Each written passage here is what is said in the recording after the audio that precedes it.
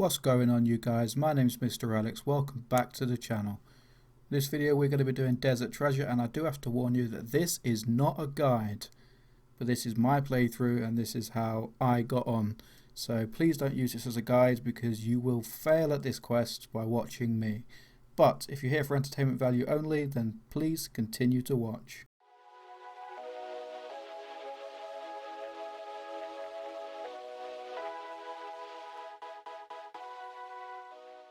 So I didn't get the recording for the first diamond in Canifis, but here I am in the smoke dungeons attempting to get the smoke diamond, and essentially what I'm doing here is I'm running through the smoke dungeon and I have to light 4 torches in all 4 corners. That basically then allows me to open a chest in the center, which gives me a burnt key, and then I have to fight a boss who then drops the smoke diamond, and essentially for this quest I need to collect 4 of them. So here I am, I'm just opening the chest now, I've got the diamond. So I run to the guy and I'm just going to kill him really quickly. To be honest, these bosses weren't that hard to kill. They're really easy. The most annoying part was that it just took so long to do. So the second thing I'm doing is I'm going to go get the shadow diamond, and for that I need to get a ring of visibility. So I needed to go to Backstorian Falls and find this guy called Razzolo, who tells me that in order to get it, I need to go break into the bandit camps and unlock a load of chests so I can get his gilded cross, and then he'll give me a ring of visibility, which takes me on to the next part. So the guide I was using for this quest basically said to buy as many lockpicks as you can, because it could take anything up to 200 lockpicks to make this a successful attempt, and I went through my entire first inventory of lockpicks without any success. So I had to go back to the Grand Exchange, grab my other lockpicks, and then within the second inventory I got it on the first go. You'll see on the video that I didn't notice and it just fell on the floor, so I picked it up and I was able to go on to the next part, which was amazing. So then I went back to Razzolo in the Backstorian Falls. He gave me a ring of visibility, and then I went slightly east to the little picnic area, found a ladder, went down, and I ended up in the shadow dungeon.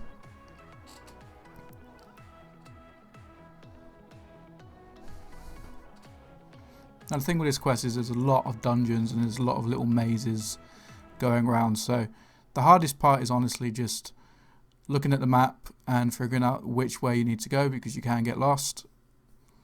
But honestly, with Runescape's pathfinding system now, it was just pretty easy to just click where I needed to go and it would take me there. Now, funny story, my internet actually cut off here, so I had to re-record this part. Now, according to the guide that I was reading, the hardest part of the quest is this, where you have to get the ice diamond, and honestly I didn't find it that hard, really. I mean, I took some super restores and some prayer potions, so I didn't lose all my stats, because basically what happens is your stats get drained 1 every minute, which means if you are quite a low level you can die pretty quickly here, but obviously with the stats I've got I found it quite easy. I made short work of killing the boss. It's just basically as long as you have enough super restores and prayer potions, you'll be pretty much fine here. I did like this part actually. It was quite nice to walk around in the snowy areas. The damage over time effect in the environment wasn't too much of an issue for my level, because I had enough food, so it wasn't really an issue for me. But as you see, I sped up this clip quite a bit, but it took me quite a while to get round.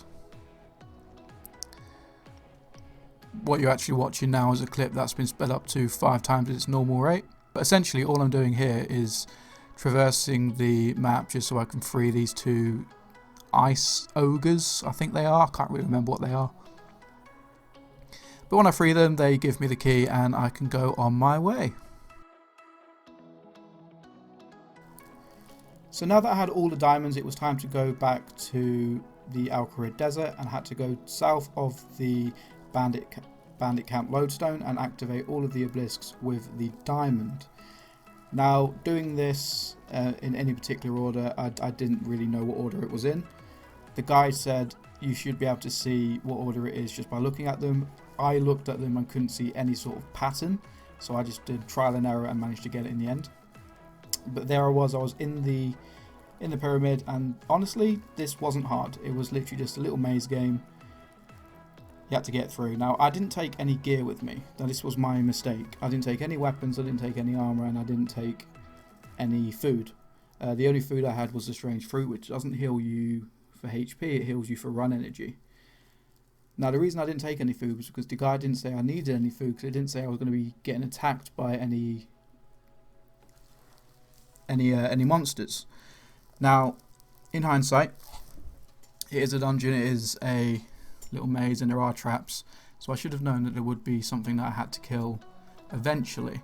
But as I was going through the mazes, these little swarms kept popping up every now and then, and sometimes there were mummies which were only level 77, and I think the highest monster there was level 88, so on the whole they weren't very high, and I could probably have taken them just on my own, or so I thought.